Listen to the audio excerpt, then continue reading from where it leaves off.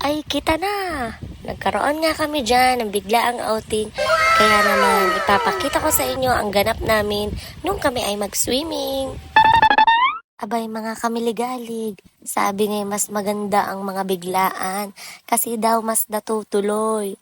O di baga, ari na nga nagre-ready na ang lahat. Ari naman talaga wala sa plano eh. Ibigla na lang ang nagkayayaan kaming magpipinsan. Kakabinyag laang na aking pamangking kahapon. Abay kinabukasan mga nagsiyayaan. Kaya naman ari na nga, ang dami agad nasa jeep una-unahan. Ano ba naman kasi, ang hindi daw makakasakay, abay syempre hindi kasama. Isa liit baga naman ang jeep na aming narentahan. Ay di swerte nga naman ang unang makakasakay at syempre siyang magandang upo, diga. Oh, kita mo ga iyan, sabi sa inyo eh, una-unahan ang pag-upo sa jeep. Kasi nga, ang maiwan at ang hindi makaupo, eh di bye-bye. Kami naman talaga taon-taon na hindi din nakakapag-outing palagi. Kaya naman pag garning nagkakabiglaan, ay swerte ang makakasama. At syempre, medyo utay-utay na nga napupuno ang ating pasahero. Kanya-kanyang ayos ng gamit sa loob. Kaya naman mga kamiligalig, malapit na tayong umalis. Kahit naman sobrang banas ay mga nagsiupuan agad sa jeep, wag lang ang mawala ng upuan. Ganyan sila, kadidiskarte, paunahan. Siyempre, shoutout din sa kapitbahay ng aking kapatid. Sumama din, siyempre yan naman ay tropa na. Kaya naman isinama na namin sa outing. Ay dale, sabi na't matutuloy basta biglaan. Shoutout nga pala sa aking mother at sa aking pamangkin. Ari na nga ho, aalis na kami, puno na ang pasahero. Siyempre, shoutout din sa aming driver na mabilis umaksyon. Isang tawag ng aking kapatid ay talagang punta agad. Gusto rin ng kita. Pagkagarni nga naman talagang kainit ay talagang napakasarap pumunta sa dagat. O, shout out! Ayan, aalis na kami mga kamiligalig. Hello sa aking anak na gusto nang makaalis, inip na inip na. Siyempre sa aking pamangkin. Hello! Babay daw, gustong gusto nang makaalis talaga.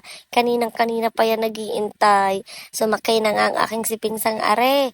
O naghahanap pa ng mauupan. Talaga naman sabi ko sa inyo, una-unahan. Eh di, ikaw ay sa gitna. Ay pagpahuli-huli, ay pangit talaga ang pisto. Ay paano? O are na nga ang aking kapatid. O, sakay na kayo at nang makaalis na. Kanina pang babay ng babay ang mga are. Ay ako'y nangangalay na. At umaandar na nga ang jeep mga kamiligalig. Tuloy na talagang outing. Eto na, nararamdaman ko na ang init ng dagat, charot. At naiyak na nga ang aming si Pogi. Ang init ba naman kasi? Hayaan mo pamangkin at pag tayo ay nakayaman-yaman, sabi ko sa iyo, kita'y ibibili ng van kahit ilan pa ang gusto mo. Para ikaw ay naka-aircon at masarap ang iyong gala. Charot lang, kailan pa kaya yun? Oo, ay talaga naman pag napapatingin ako sa mga kasama ko, ay ako'y banas na banas. Ay yung ganaman daming-daming gamit bago siksikan. Alay sabi nga yain ay basta matuloy. Ang mahalagay masaya. Diga ho. Naku, salamat naman at behave na aring aming si Poging Are.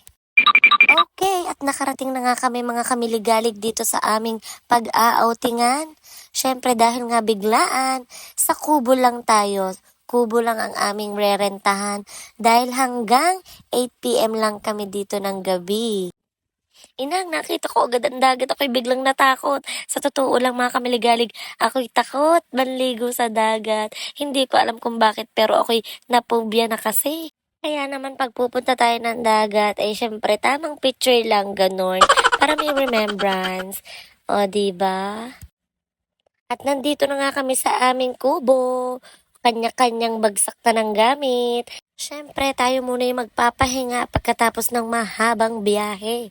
At syempre, dahil nga mga galing biyahe, naisipan na namin kumain na muna bago kami magsiligo sa dagat. Wow ha, akala mo talaga makakaligo ako sa dagat no? Aba mga kamiligalig, kung alam nyo, ako naman talaga natubog din. Kasi mabilis nga laang, hindi pa masyadong basa ang buhok. Ganon. Fast forward na ulit tayo mga kamiligalig. Ayan, nakikita nyo ang aking poging-poging anak. Enjoy na enjoy sa pag-outing niya. sa pagsiswimming.